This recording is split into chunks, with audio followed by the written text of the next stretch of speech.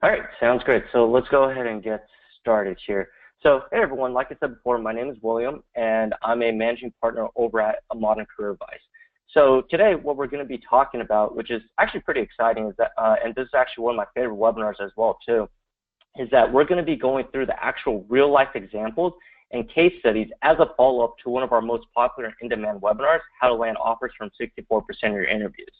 And in the previous webinar, even though we only have an hour, we try to cover as much as we can as possible too.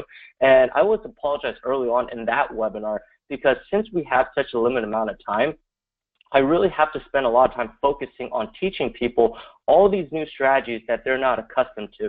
And unfortunately, it's actually really tough since we never get into the actual answers and what they sound like. And as I mentioned in previous webinars, I promised you guys that we would eventually have a webinar where we go into actual answering case studies and broke things down. So here we are today. That's the goal today, and that's what we're going to be getting into, where you'll get a really good insider's view on interview answers that my clients ranging from entry level all the way to directors, vice presidents, senior vice presidents, and et cetera have used to be able to increase their interview to offer letter conversion rate by over 3x. And that's actually our client-wide average as opposed to what our clients originally came in with. So with that being said, even though the majority of this webinar, we're going to be going into interview answers, I did briefly want to touch on, for roughly about 5 minutes or so, just a really quick recap of the interview strategies, because I know it's actually been a while since many of you have heard our original strategies. And for those that haven't, this will actually be a really good introduction as well too. And I kind of want to level set the goals of what we're trying to accomplish with our interview answers, because what we do is a little different, and you have to really remember what the intention here is in order for it to be effective. Okay, so we're just going to go through a really quick recap. So the summary of what we taught last time, or what I taught last time, was that it's almost humanly impossible to have the same interview answers for every company that you interview at.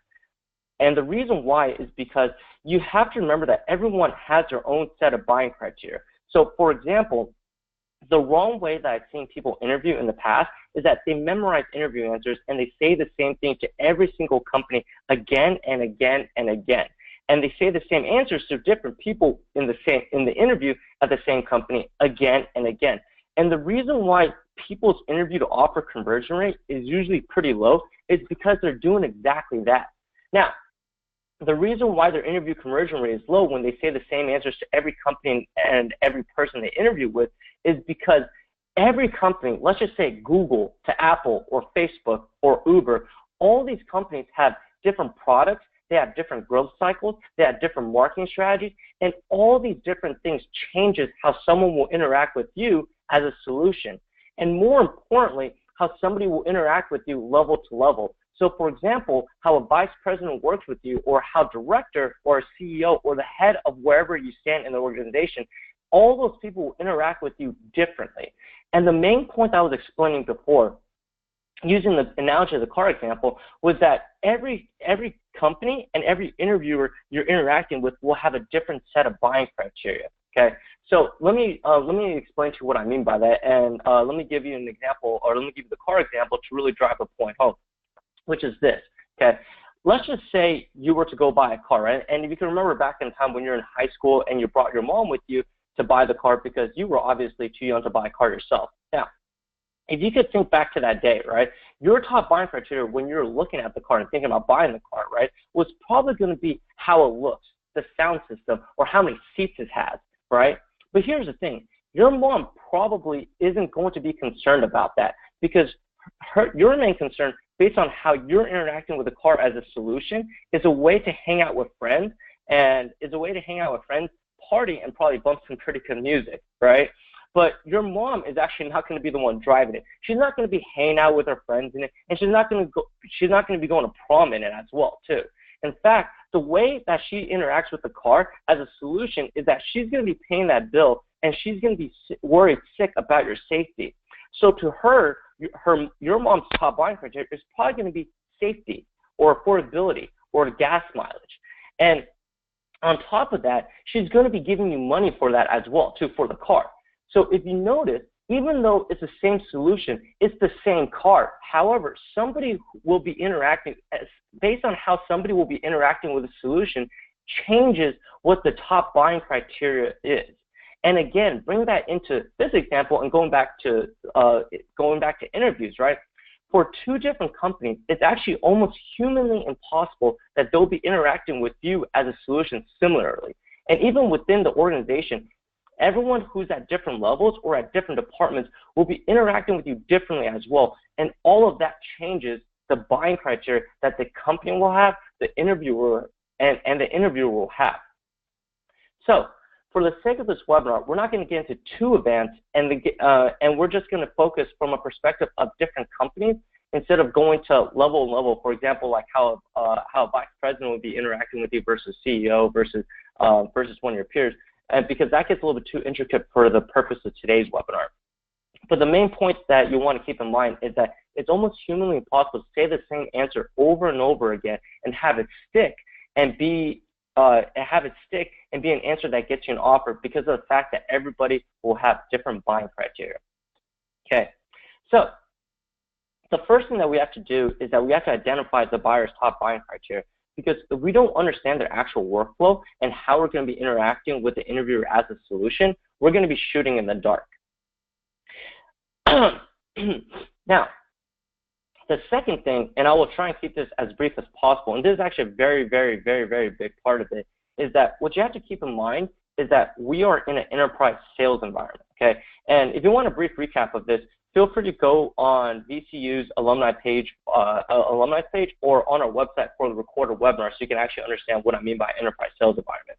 But just to give you guys a really quick recap, is that what you have to understand is that we're not in a simple sales cycle. We're not in an intermediate sales cycle. We're actually in an enterprise sales cycle. And what does that mean? What that actually means is that we're selling something very expensive, something with a small target market, large number of decision makers, and large number of evaluation points, right? Think about when we're actually going to an interview. The type of job that you're looking for is anywhere can be between $50,000 and $250,000, which is, obviously a pretty high price point. That's over multiple years. You have a very small target market. There's a large number of decision makers, aka people will be interviewing you, and there's a large number of evaluation points, aka like the number of interviews that you're going to be in, right? So converse that to a simple sales cycle where it's generally a low price point, there's a large target market, there's one decision maker, and there's only one evaluation point. So the summary of that is that in a simple sales cycle, like buying toilet paper or buying cups or buying something that's commoditized, in those sales cycles, you don't have very much leverage to change the buyer's mind, because the first thing is that the solutions are very easy to understand. Second thing is that they're very easy to compare and contrast. And the third thing is that there's generally tons of third-party research out there, so the buyer does not need to rely on you as a seller, and they come in with an informed decision already. So, for example, let's just say you're going to go buy a TV, right, which is obviously a very highly commoditized and a simple sales cycle, and the salesperson is really there just to provide you additional information. It's actually really hard for a salesperson to really convince you to buy something completely different that you've already done your research on and already made up your mind on. Now, converse that to enterprise sales, which is a completely different beast because of the fact that, one, they're generally very difficult to understand solutions. For example, you as an employer or a team member, it's actually really hard to understand you as a solution. They're really buying your brain, and you and your brain are a very difficult thing to understand. There's motivation that you have to remember about, your appetite for success, there's intelligence, there's work ethic, there's all these different variables that you have to take into consideration, and there's so many different things that they have to evaluate as well. The second thing is that there's no true comparable solution, so it makes it very hard to compare and contrast, okay? For example, let's just say you're in an interview process, right? It's extremely difficult to compare and contrast different candidates. So let's just say you're planning on hiring the next person in your company. And let me give you a few examples, right? Do you hire someone who didn't work at a Fortune 1000 company, didn't go to a good school, who is hungry and always at the top of the reviews? Or do you go for somebody that went to a good school, that had a good GPA, worked at a Fortune 1000 company, but is kind of like a little above average employee? Or do you hire somebody who worked at a small company, who's experienced working on a project or a deal from beginning to end? Or do you hire somebody who has worked at a really big company with really complex transactions where they got really good training, but only in one specific area because it's humanly impossible to do something from end to end, right? So those are very difficult to compare and contrast, right? And the third thing is that there's actually very little third-party information available, so that the buyer must rely on the seller to educate them on a solution. And obviously, as it relates to you as a solution, for example, like if you're interviewing for a company, right, you can't find a Yelp review on your performance, right? And since there's no way to truly rely on third-party information, the interviewers are bound by listening to you as a person, describing to them how you're the solution to their problem. So the so what of that, as I talked about in my previous webinar, is that actually gives you a really unique opportunity to control and move around the buying criteria in a way that is more advantageous to you. What I mean by that is that you have the opportunity to define the buying criteria and control the buying criteria because they are not set into stone. And in simple sales cycles, they are set into stone. Okay? In simple sales cycles, if someone comes in thinking that the best metric for buying a TV is exactly this size or this pixel or this resolution, it's actually really hard to convince them otherwise. They've already done their research and they're coming in thinking that they're an expert in terms of what is considered the best TV. However, when it comes to hiring, it becomes very difficult because people may have something that they prefer, but every candidate is so different that they can't always stick to that because not all candidates will stick into that mold. And so by virtue, they're going to have to shift their buying criteria and views to match the candidacy pool because it's not all the same. All right, so what does that all mean? That means that gives you an opportunity to control those buying criteria to increase your interview to offer conversion rate. What I mean by that is that the way we win interviews and the way you can win interviews consistently is that you have to think about like a school rubric, okay? Everyone is so focused on saying that, hey, here's an A grade, here's a B grade, and here's a C grade. And here's the description of what an A, B, and C is, and most people are trying to match the description of what an A is.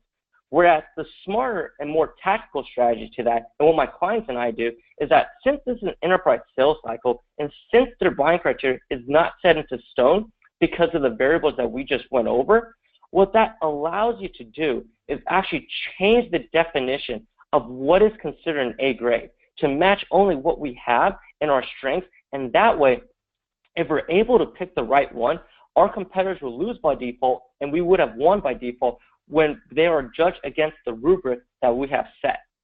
And it's a very strategic game when you start getting a tactical interview types of situation. Now, if you're interviewing for McDonald's, it's a little bit different, and I'm assuming that a lot of you are going for roles that are highly desirable, they're well paid, with good culture, good benefits, good perks, and, well, everybody wants those, all right? So when you start getting to that type of level for those roles and fields, you start having to need to be very tactical and purposeful with how you set up with the situation and how this end user, the buyer, the interviewer, understands your background and how it is the perfect fit for what they need. Okay, so anyways, that's enough background for knowledge for now.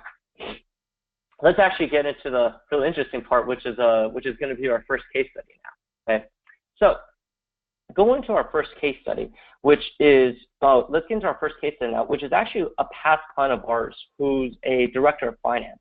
Now, some of you may be in a similar situation or maybe a similar role, and some of you won't be.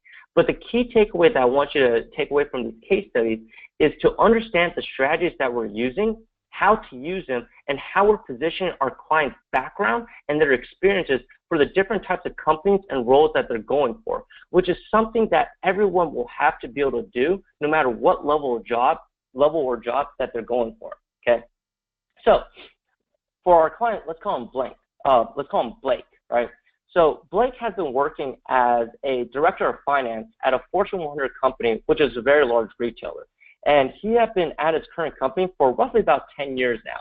He received his undergrad from a top 20 university and his MBA from a top 10 MBA program, think like Stanford, Harvard, Warren, etc. And his previous experiences prior to his current role included management consulting and other finance roles. And he was making roughly about $160,000. Now, here's the situation he was in his career. After at his current company for the past 10 years. He had gotten really tired of the huge amount of office politics and culture of this Fortune 100 company. Also, there wasn't really much room to grow because it was a slow-moving company, and there were really no vice president or senior vice president positions that are going to open up anytime soon. So Blake's goal was to do the following. He wanted to either land a director or vice president of finance, strategy, and/or business development role at another Fortune 1000 company, or he wanted to go to a reputable VC-backed pre-IPO technology company, and he also wanted a pay raise. Now, even with this background, there are actually a lot of challenges that he was facing, and a lot of times when I explain to people the background that he had, I get a lot of people who hear that and go, wow, he went to a top undergrad program. He worked at a Fortune 100 company. He has a top 10 MBA. He has previous management consulting background. Like, what's his problem? Well, how is he not getting a job? The first issue was that since he was already getting paid $160,000 plus stock options benefits that pretty much push him to $180K range, there were only so many companies in the world that could either match or increase his pay for a director or vice president of finance, strategy, and/or business development role. Why? The reason why is because, first of all, finance, strategy, or business development is kind of one of those softer roles where it's kind of hard to prove their value. It's really easy to pay a salesperson $160,000, assuming that they make the company 3-4x that. But a company kind of has to be at a certain level in size and sophistication in order to want to pay someone $160,000 plus to crunch their numbers. So, long story short was that small questions were really out of the small companies were really out of the question for him, because one, there's really no need for them. All right, if you have a company that's roughly about $10 million or doing $10 million, why would you spend close to 2% of your P&L for someone just to crunch your numbers? They obviously probably can't even sustain paying someone that much. It's actually pretty high. And if you're not VC backed and just privately owned, it's going to be really difficult for someone to justify that amount of money. Now, if we're talking about going from a $20 job to a $30 job, okay, fine. There's actually a huge universe for that. But based on his role and based on how much he's making, there's only so many opportunities in the United States. And here's the thing. I know sometimes you hear or read a lot of articles about some new company that just got $1 billion valuation, and suddenly we think everybody is doing it. But one of the big considerations from our perspective is that we don't want to put them in any regular startup that just raised capital that might just go bankrupt in 3 years anyways. It has to be a company that has sustainable revenue and a company that our client can grow and thrive in and get promoted and move up the ladder with. So the actual realm of companies that can afford that was actually pretty small. Now, the second problem was that, believe it or not, he wasn't the only person with that kind of credential as well. Finance, strategy, business development type of vice president roles, they're actually not bad. They're pretty good lifestyle. You kind of make anywhere between $160,000 in some places, $220,000, and you don't really have the pressure of sales. Yeah, you have to do some report or analysis here and there, but it's not complex like engineering.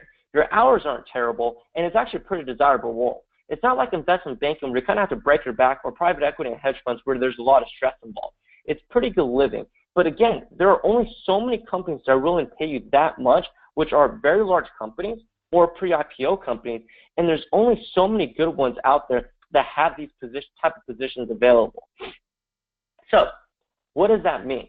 That means that our client, Blake, is literally not the last, the first, or even one of the few people with a top MBA.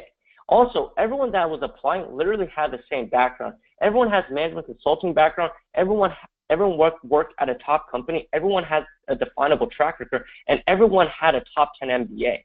It's not like such an advantage where people battle you because they had a top 10 MBA. And here's the thing. As a side note, it's the exact same thing when you go for your job as well, too. If you're going for those highly competitive jobs and the jobs that you want with the salary that you want, with the culture and perks and everything that you want, you're going to be experiencing, you're going to be competing with people who are going to have either similar backgrounds or better backgrounds or similar job experiences or potentially better job experiences, all right? So going back to it is that these roles, having a top 10 MBA for our client Blake was pretty much a prerequisite.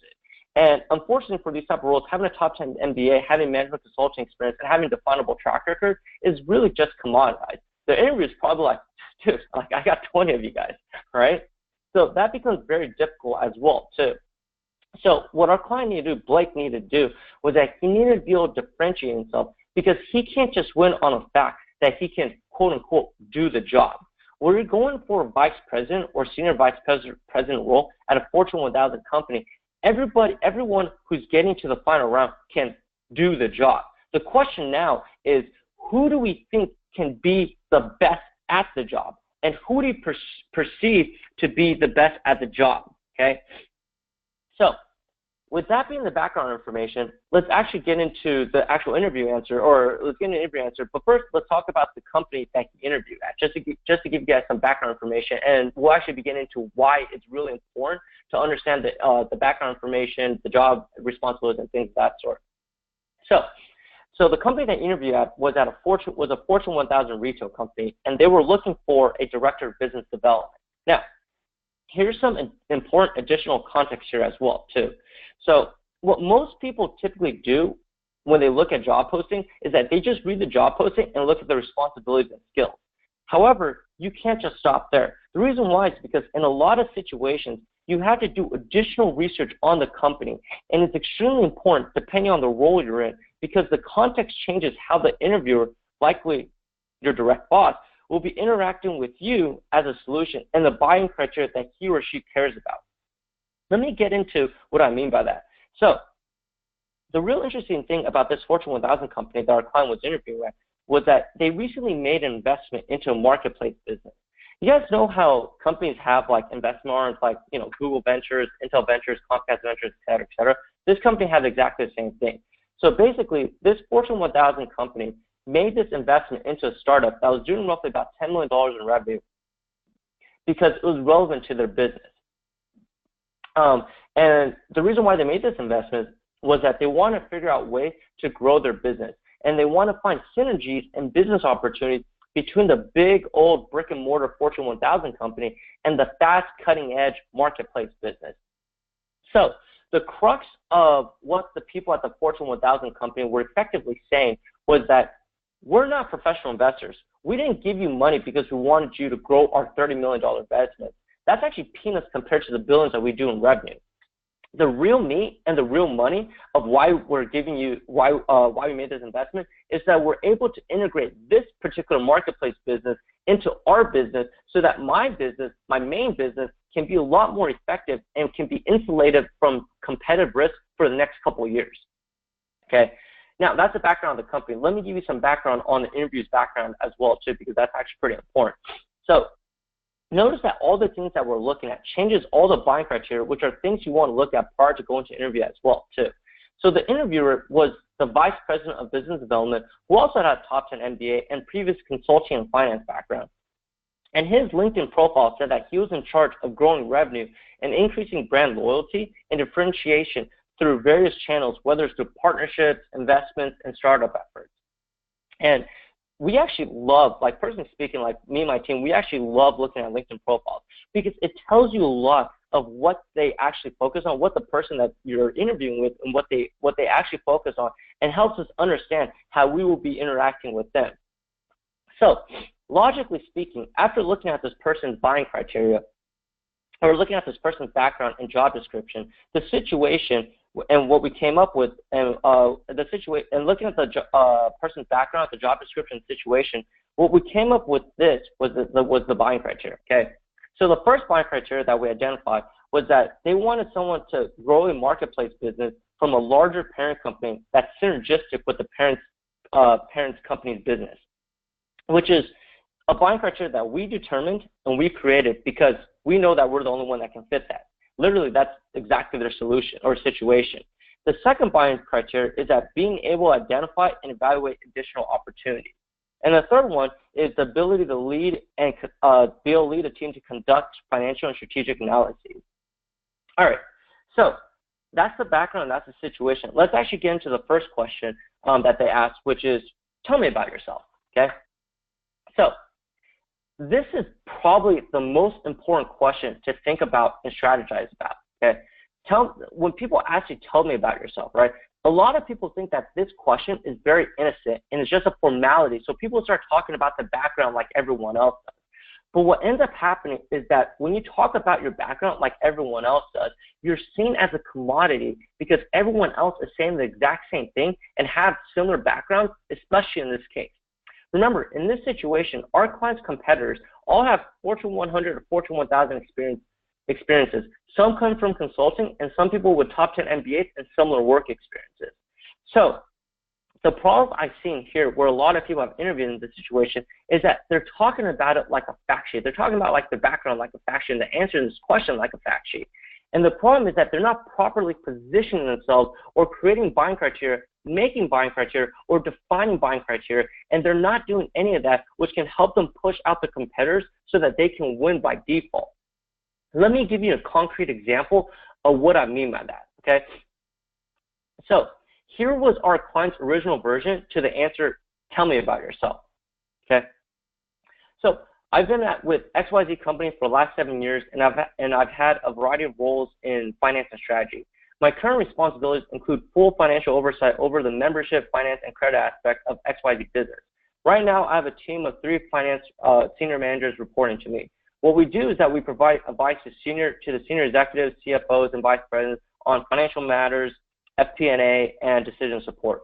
We also help create the annual budget, which is one of the most complex projects in the organization, where I oversee a $1.3 billion P&L. Prior to that, I was with XYZ Company in the entertainment division, where I was in the decision support role to launch products and help grow the business generally with a 3-year strategy plan. Before that, I was with their apparel division, where I focused on turnaround of business because prior to me getting there, their apparel division was losing about $1 billion in sales year over year, and we were able to help redefine the strategy for that particular division, which is now a very healthy business with 2 to 3 years of positive comp. Prior to the apparel division, I was with a team called U.S. Strategy Team with XYZ Company. And before that, I acquired a great set of consultative skills where I was a post-MBA strategy consultant for 4 years, where I worked for a variety of industries and on engagements that included the technology industry. And before that, I earned an MBA from XYZ Graduate School of Business. And prior to that, I worked at a technology consultant for 6 years in a variety of industries, as well as helping businesses from a systems and process standpoint. Okay, so here's the thing. Client Blake is clearly a smart person, right? Clearly accomplished, and he clearly knows what he's talking about. But every person in the director and vice president role is saying something close to this, and it's just not doing anything, and they're clearly ignoring the top buying criteria. And here's the problem with this answer. First is that he's squandering a very great opportunity, okay? Because I love the question, tell me about yourself, because it's the easiest way to sell yourself and create and define buying criteria without looking sleazy. The reason why is because the interviewers are asking you about you. They're opening up to you, and you can be whoever you want to be. And they want you to tell them to focus on, you can focus them on whatever you need them to focus on. Tell me about yourself. Tell me what you want me to do as an interviewer, right, to focus on you. Okay, especially at this level where our client had roughly about 3 pages of worth of accomplishments. So the question is, what we need to do and what the client is asking, what the client needs to do is that we need to help the interview focus on what they need to focus on. And usually people at this level, they have a lot of issues, not because they're not accomplished. It's actually an inverse problem because they have so much accomplishments and they're so capable. It's so hard for them to focus and create and define the buying criteria. Okay, so since these people are all-around intellectual or like all-around athletes, it's actually really tough for him, and he really squandered this opportunity to control the buying criteria without looking sleazy. The second thing is that you actually have the opportunity to present any evidence, facts, points that you want. Okay, and remember, the interviewer knows completely nothing about you. You need to position yourself in a way that they need to view you. Okay, so as a quick recap, the problem is that he obviously completely squandered this opportunity. One of the biggest, most specific problems with this answer was that this is completely factual. However, there were no takeaways, and he's not controlling or building up to any buying criteria. Second, which was a very big problem for him, was that most of our other clients that we have that are very accomplished is that they have so many accomplishments that their problem is what to focus on that matters. So, getting back into the interview question and the interview answer. Okay, this is how Blake answered it after he worked with them. So the proper way to give the answer would have been something like this, right? And the interviewer would ask like, okay, so Blake, tell me a little bit about yourself. And Blake would reply and answer, yeah, happy to do so. So I'm currently a director over at XYZ company, where one of my main responsibilities, or one of my big projects that I've been working on, is actually something pretty similar to what you guys have been doing. Effectively, we're currently about to roll out a marketplace of our own that is going to serve the same functions to XYZ company that I'm sure your .com business will do for you guys. Basically, we're trying to leverage technology and utilize the crowdsourcing wave and mentality to help us as a store grow beyond our pure brick and mortar business. And seeing how you guys are trying to use your .com business from services end and all the pros there, and leverage that with the hardware business that you're selling in terms of all the products like the materials and things of that sort, the two are actually pretty similar. So effectively, I think I have a pretty good, I think I have a really good understanding of some of the common issues that you guys are experiencing, because of the fact that, for one, culturally speaking, it's not easy to start up a new cutting edge kind of culture and business. And it's actually really hard to integrate the brick and mortar style with the new fly by your seat style. The second reason is that the management aspect, which is actually pretty challenging and important as well, right? Because how do you actually go from managing this team from a bureaucratic standpoint? What are the checks and balances? And the third thing, and more importantly, is that are there actually going to be synergies, right? Because in theory, a lot of this, when you integrate this business into your own business, right? Or when you integrate the .com business into your business, in theory, it all makes sense. But at the end of the day, we need to really drive a lot of these synergies and a lot of additional revenue opportunities that we otherwise wouldn't have had on a standalone basis. And so for all that, I think I have a very good sense and understanding for all these issues that you guys are going through. And through the project that I'm working on, I have a pretty good sense of all the consideration, and effectively for the past couple of months, I've been working through to solve all these problems. So I actually personally feel that as it relates to coming over and working for your company, it would literally be just switching a logo on my business card, because I'm already having these meetings the way it is, and I'm already solving these problems the way it is too. And hopefully I can contribute and give you guys some insights and research on things that I myself have had to learn and understand in terms of solving these challenges on our own. The second thing about me is that a lot of my role really focused on, because at the end of the day, I'm a financial strategy director, a lot of it's focused on being able to identify and evaluate additional revenue opportunities. So currently, I'm in charge of a $1.3 billion P&L.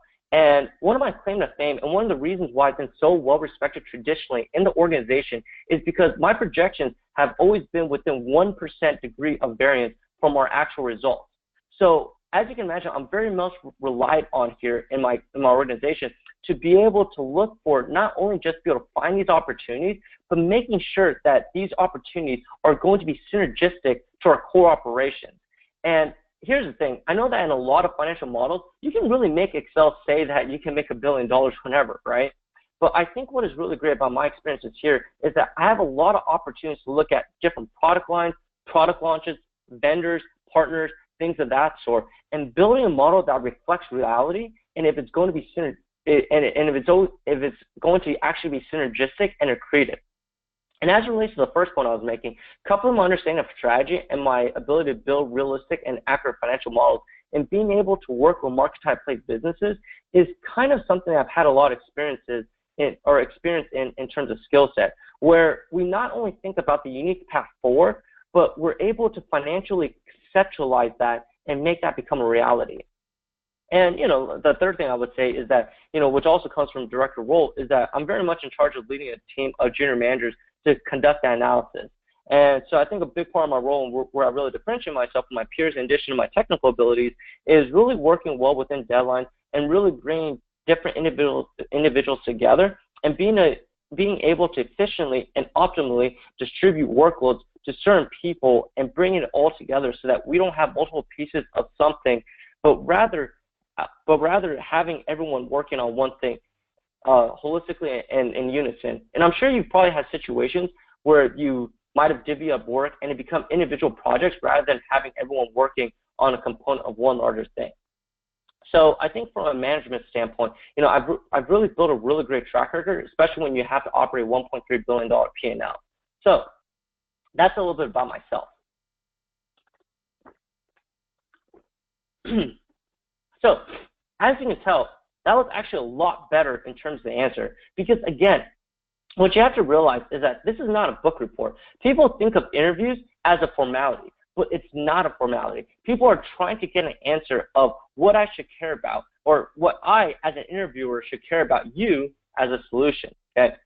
And even though the question is, tell me about yourself, this isn't a bio, it's not a rap sheet. Basically, what they're trying to ask is, tell me about yourself, and the underlying question that's associated with tell me about yourself is, what should I care about? So here, what we're trying to do is that we're blocking and tackling against other candidates' strengths, or blocking and tackling against other candidates and their strengths and weaknesses, in addition to creating a buying criteria that only our client can fulfill. The reason being is because it'd be extremely rare that somebody else literally had the experience of working at Fortune 1000 company and making an investment and growing a marketplace business. So what ended up happening for that question is that we tried to create that as a buying criteria, where if you notice, we added a lot of subtle commentary that show them that our client, Blake, is an expert in understanding the space, which was missing in his old pitch. Okay? And the reason why that's so important is that it starts to get the interviewer thinking that this candidate has a really good understanding, that they don't need to get our client, Blake, up to speed or train him in terms of getting him acquainted with the marketplace business. Okay? And from an interview standpoint, they're also thinking to themselves that, yes, we may have some people who probably are startup guys. They don't understand the bureaucratic culture. Or, we have a lot of Fortune 1000 guys, but they're all old school and they don't understand this. Wow. This guy that we're literally interviewing right now, he's kind of unique in the aspect that he understands both worlds. He understands the issues. So that was something that he had and that was something that our client had the entire time that he was not highlighting. And this was actually our client's ace in the hole too. And when we asked him why he didn't have it in there, he was like, well, this is my background, this is my responsibilities. But again, he's thinking about it the wrong way. You had to be able to think about this in a very specialized way. The company you're interviewing at wants to know how do you, as an interviewee, make sense for this role and this company. I don't care how you fit with everyone else or how you fit in general. I care about how you fit with me and this company specifically. So, as you can see, we targeted it as a buying criteria that we wanted to create and kept pounding on it. And if we were successful, which we were, good things happen. Okay, so let's go into a second example to give you some flavor of what I mean. Give you some flavor and example to it. Okay, so let's actually talk. So this is going to be for the same exact client, Blake, the one that we just went over, but we're going to be going to a different company and we're going to be tackling the same question. Tell me about yourself, so that you can see the difference between his two answers and between the two companies as well too. Okay, so a quick introduction for company number 2, right? So now in terms of the caliber of the answer position you have to do, let's compare his previous answer to a completely different interview that Blake went to. So the company and role that Blake was interviewing at was another, the second company was a Fortune 1000 e-commerce company, and they were looking for a senior level finance role. And this Fortune 1000 e-commerce company was looking for someone with great experience, and if the person that were looking for had retail experience, that would be great as well too. So the interviewer's background was that he was a vice president of finance, he had a top 10 MBA, and he had also been with the company and department for 5 years.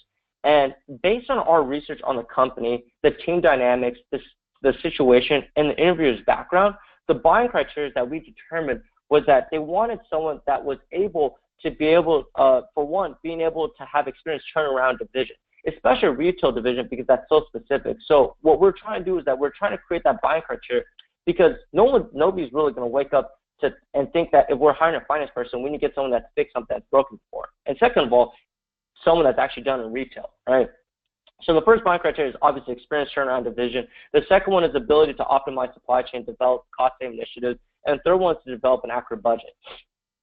So the answer that our client Blake is going to give here is going to be a little bit different. Whereas in the previous company, even though it was retail, it wasn't retail like fashion retail. It was retail in the sense that it was like a lumber store or hardware store. So in this one is more e-commerce and also sell clothes. So the division was going, and the division that he was going into obviously sold clothes as well too. So here's the answer for tell me about yourself. Okay, here's the answer that Blake gave. So I'm currently Director of Finance and Strategy at XYZ Company, and I've been here for a number of years, and one of my main responsibilities that I had was that I worked in our retail division. It was sort of an interesting experience in that when I got there, the retail division was actually losing roughly about $1 billion a year. And the problem with that was that it was actually a really challenging situation. I would say one of the most challenging in my career, being that it was going to be very hard to, first of all, get into the break-even, if not positive range. And, a lot of the issues that we were facing was that here we had issues with supply chain, we had issues with sourcing material, we had issues with morale being down, and we also had an issue with distribution. So I think that experience, working with our retail division and losing $1 billion a year, was actually one of the biggest parts of my career where not only did I need to know the entire retail space really, really well and all the different components of it, such as the finance strategy and business development, because there was literally no room for error in that case. Everything needed to be fixed, right? Whereas on the contrary, when you work for a division that might be growing things of that sort, there are certain things that can be optimized. Whereas here, for my retail division, I was losing $1 billion year over year. Literally every single thing was on the table, and all of it needed to be rebuilt. So, personally speaking, I think that was a really great experience in that over the course of 2 to 3 years, I was able to work and help lead a team to turn around the entire retail division, where now they're in high single-digit growth and they're highly profitable. And I would, and I would say that was actually one of my biggest accomplishments. And I think what it really did in terms of my skill set and understanding was that it really showed that I was an all-around athlete, where not only did I know all these topics, but I could also execute on it as well and bring very tangible results.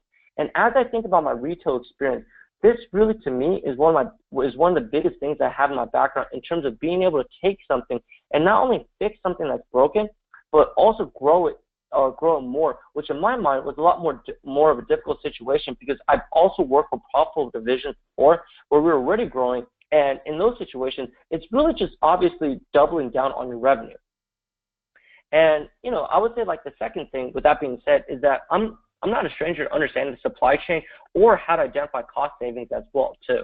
And a really big problem with that retail division was specifically that there were a lot of issues with supply chain cost savings because it was extremely bloated. So again, what I had to do was that I had to be able to understand where the numbers should be, what they are, what the key metrics are, and what the KPIs were, so that and overall just a deeper understanding of what it takes to have a really profitable division and be able to move it very quickly. And in terms of background knowledge, who are the right vendors, who are the right partners, all those Rolodexes. And I think I have had a really good past couple of years to develop that and use that as a resource for whatever company I hope to work for or work for in the future. And lastly, I would say the last thing is that our company is kind of similar to your company in terms of size and scale. We're both in the multi-billion-dollar range, obviously, and what that means is that having an accurate budget to us is not a nice to have, where, as you can imagine, where it's like, oh, you're off by 10%, oops, no, it's okay, no harm, no foul. No, like, you can't be off by 10%. Like, that's hundreds of millions of dollars that's at stake, right? So the fact that I've been working at this company, and I think you know this better than anyone else, is that a lot of the FP&A people and the CFO is going to rely on our budgets and projections and analyses to be accurate, because that's what they're going to aggregate and tell Wall Street, our investors, and everyone else. And obviously, our stock price is heavily dependent on it too. And your ability to deliver on what you promise and being able to deliver is a skill set that I think I've really honed with this company, because our company was much more disciplined and had to be much more disciplined than anyone else, because we were very much scrutinized in terms of our stock price. So I would say, personally speaking, I think I have a pretty good understanding of where you guys are coming from in terms of accuracy and the need for accurate budgets and reports and how it fits in the whole role of everything. So, that's a little bit about myself. I obviously have had, if you look at my resume, I've had prior roles in management consulting and other roles in consulting and finance capacity as well too, which I'm happy to go into later as well. So, as you can see, his answer for the second company, if you know, it's actually completely different. It's completely different. But here's the thing, why, right? The reason why is because it's a completely different space, it's a completely different company, it's a completely different situation. So in the other company, what we were focusing on with the first interview answer was showing and creating the buying criteria that he has the exact experience as it relates to a big company and their investment in a marketplace business, in addition to having a small startup type team working together in the situation, everything that comes with it. However, here, we really focus on the fact that not only does Blake have the retail experience, but Blake also has retail experience and turn around a huge unprofitable division, which in a sense is actually way harder than growing something, okay? And the reason why turning around something or fixing something that is broken is way harder is like this, okay? And the best example, and an example that I can kind of give you guys is like, it's kind of like programming, okay? And I don't know if any of you guys are programmers, but we actually have a lot of our friends who are programmers, and some of us have actually been doing programming for the last 5 years or so. And one of the things that we remember learning, and something that someone said to us that really stuck with us is this, okay? Is that anybody can build something, but a true programmer can fix something. And what it's called is actually called debugging. So the true test of you actually knowing a language, whether it's Python or C++ or Java or things like that sort, right? The true test of you actually knowing the language is not being able to build something from scratch. It's not being able to build something from scratch, but rather if you truly understand the language and the program, you can actually go into anyone's code and you can find problems and solve it because it forces you to use every single piece of discipline and knowledge that you know. And same thing here. Growing something is one thing, but if you need to fix something and know where everything is and make it better, that tests and utilizes every single skill that you may have. Okay, and that's kind of likely what we're pushing right here too with Blake's answer. We don't want to be too forceful with it because for our other answers, we're going to double down on that in different ways. Okay, so those are two really clear examples of tell me about yourself. All right, and with that being said, let's actually get into a different type of question that everyone here is going to experience as well too. Okay, so the second one, the next thing that we want to get into, and the second question is that, which everyone is going to be probably, or if you guys actually have gone through interviews, you guys have probably gotten this question already. The second question is why this company? And this is actually another very important question that you have to get right. Not only do you have to solidify the buying criteria, control it, and being able to make them think that you're number one, but the second thing is that you also have to build credibility as well too. Because if you don't have credibility, you actually won't get the offer, and it's just going to be really tough to do that. So as a reminder, credibility is really important in this sense because in enterprise sales, you as a solution is infused with the credibility of yourself. So the salesperson's credibility actually affects the quality of the product, whereas in simple sales, they're completely detached, okay? I'll give you an example, a quick example of what I mean by that, okay? Let's just say in simple sales cycles, let's take the TV again, right? Since televisions or TVs are simple to understand, they're simple to compare and contrast, and there's generally a lot of third-party information available, you actually are walking to Best Buy on your own formation and thought of what the best TV is. Because you already gone on Amazon, you've gone on CNET and all those different websites and done all your research. And you already looked up all the information and read all the third-party reviews. All right, so let me ask you a question. That being said, since you've already made up your mind, if you saw the same TV at Best Buy because you wanted to get it today and some sales guy came up to you and had no idea what they were talking about, would that really change your view on whether this is good TV or not? Of course not, right? And converse that the other way. If the salesperson knew exactly what they were talking about, would that make you think that this is such a much more glamorous or glorious TV now? Of course not, right? So in simple sales cycles, what typically happens is that the credibility of the TV being the best solution for something used to watch shows on versus the salesperson, their credibility is actually detached. You're evaluating the TV as one thing, and you're evaluating the salesperson as another thing, okay? So, however, in enterprise sales cycles, okay, they're actually together. Let me give you an example of what I mean by that, okay? Let's just say that you had a very rare disease, right? And you're one of the very few people who have it, and there's nothing they can look up online. And the first thing about medicine is that it's actually very difficult to understand. Microbiology, chemistry, there's a lot of things involved, right? And the second is that it's very hard to compare and contrast solutions, okay? Do you do surgery? Do you take medication? If you take medication, which ones do you take? There's a plethora of options, right? And the third thing is that there's probably very little third-party information available, okay? You can't just Google what medicine to take and what medicine to take for this really rare disease, right? So with that being said, one big area that you have to get right in this situation in enterprise sales, and especially in this situation, medically speaking, is credibility. Okay, so let me give you a situation, right, to really drive the point home.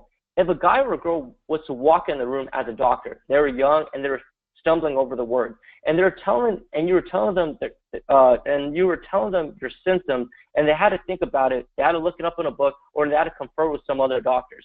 And after doing all of that, right, the young doctor, they say, okay, after conferring with some people and doing some additional research, I think this blue pill is going to work. How confident are you in that blue pill is going to work, right? Converse that to a situation of, converse that to a different situation where you have a very distinguished elderly statesman, like a gentleman or a woman, who walks in, and you walk into their office and you see Harvard MD, Stanford this, Cornell that, they have a triple degree, awards, published papers, etc., right? And when you sit down, they ask you a couple questions about your symptoms, and after you say just two of them, they can literally guess the other four symptoms. And they start explaining and talking to you about where the disease came from, the origination, and say, you know what, here's this blue pill. I believe this is your solution. How much more confident would you feel about that blue pill, right? And here's the thing, and here's the interesting part about this, okay? None of that has anything to do with the credibility of the blue pill. We should technically be judging the blue pill on its biological, molecular, and chemical counteraction to whatever disease we have. But since that's so complex, we would have to do years of medical school, years of research, and we would have to replicate this doctor's medical background. So clearly that's not an option. So what we have to do here, and when we're in a situation like this, is that we have to defer to the credibility of the advisor, which actually gives us the credibility of the solution itself, okay? This situation, when you're in a job interview, okay, is no different. So actually having a lot of credibility in interviews will increase and will actually make you look like a better solution and is required, okay? So the two prongs that control credibility is this, okay? The first prong is expertise, and there's two sub-prongs that are associated with expertise as well, too. One is how well do you know your solution, and two is how well do you know the buyer's problem, and that's associated with expertise. The second thing is that in addition to doing all the stuff where, that we're doing in Tell Me About Yourself, not only does it help you create a buying criteria, but it also helps you demonstrate in their workflow and who they're hiring, all that stuff, which also builds your credibility, which is why we have to do all these things, okay? The second prong of credibility is trustworthiness.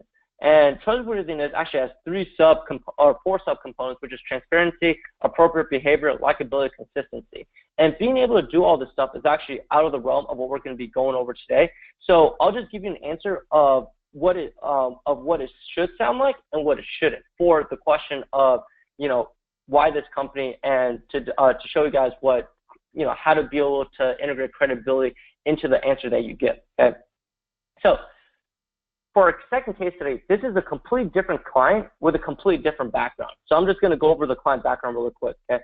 So this client was going for a supply chain management job, and he graduated from university with a major in supply chain and had a tough time finding a job.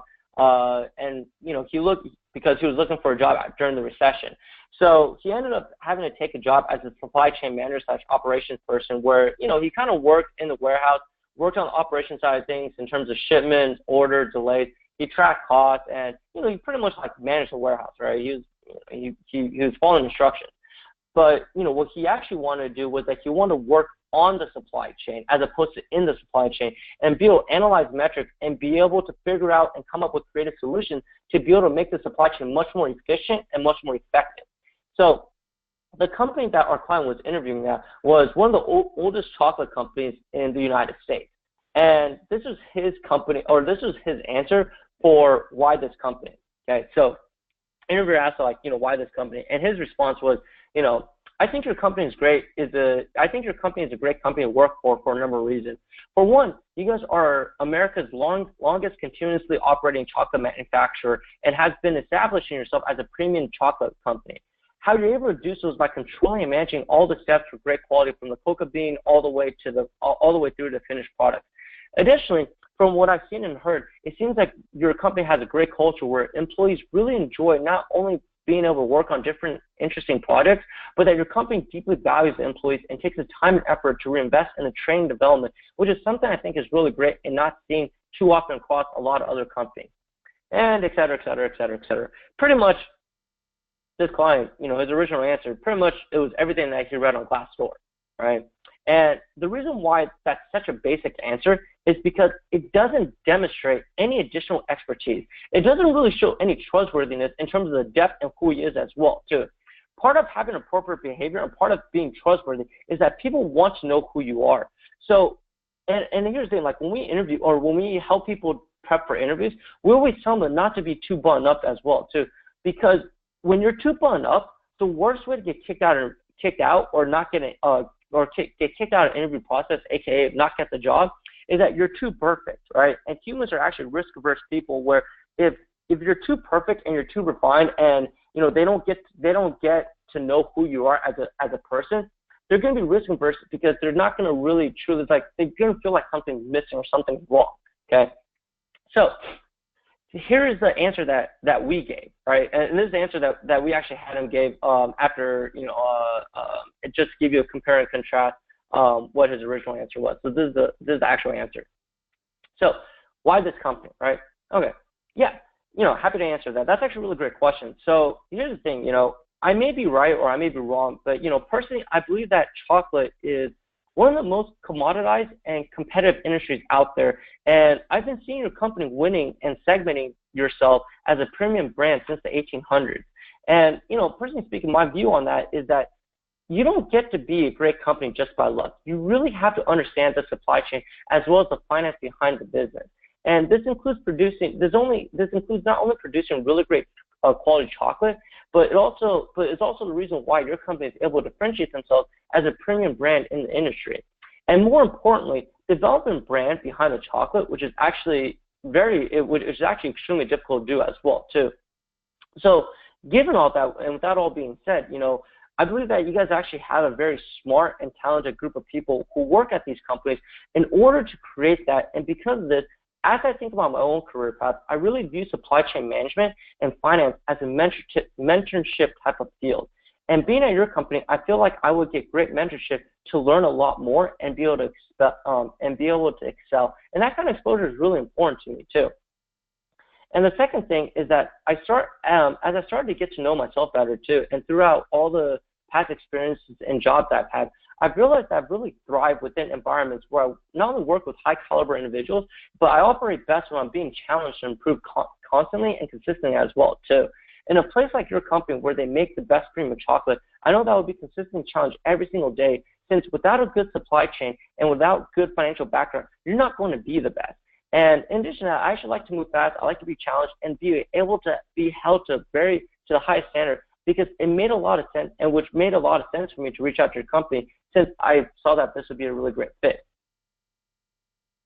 And that's the answer and he actually was able to, he went through multiple interview rounds, but he actually got the answer, or he actually got the offer for that company as well too, okay? So that's the end of our webinar. So hopefully this webinar was able to give you a much more concrete and in-depth understanding on how we actually use and implement interview strategies that we've taught in our previous How to Win Offers from 64% of Your Interviews webinar. And as always, if anyone has any follow-up questions regarding this webinar or others, feel free to reach out to me at William@moderncareeradvice.com. And just as a preface, or just to preface it, I often get a lot of requests and questions regarding some specific interview process and questions, things of that sort. And I always want to let everyone know that I'll do my best to respond to each and every single one of you as quickly as I can. The very last thing is that I will be sending a follow-up email with a survey link from your alumni, from VCU alumni. So if you have comments, feedback, thoughts, questions about this webinar, or you have suggestions for future webinars that can include more case studies like this, whether it's industry-specific or role-specific, or if you'd like to see case studies for other webinars that we'll be having in the future regarding resumes, network, and negotiation, feel free to fill out the webinar, or feel free to fill out the survey and make suggestions as well too. So yeah, that's pretty much it. Looking forward, have a great day, everyone, and looking forward to seeing everyone next time on the webinar.